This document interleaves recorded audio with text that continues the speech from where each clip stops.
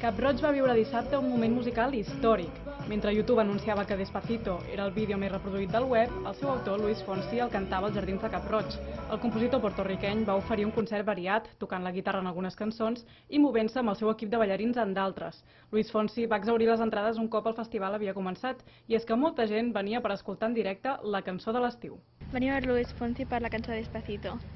Ens agradava molt més al principi, ara ja és, bueno, també, però ja és molt repetitiva. Sí, però també impressiona veure aquesta cançó en directe i també ens fa il·lusió. Es que no lo conozco, pero la canción, la canción. Es lo único que conocemos. Esa es la que vamos a bailar. Que porta molta marxa. A tope. Despacito.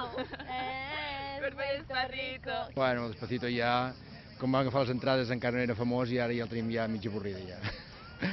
Però entre el públic també hi havia fans fidels del cantant abans del seu gran hit i que entonaven amb emoció les balades i cançons pop llatines que Fonsi porta composant des dels inicis de la seva carrera 20 anys enrere.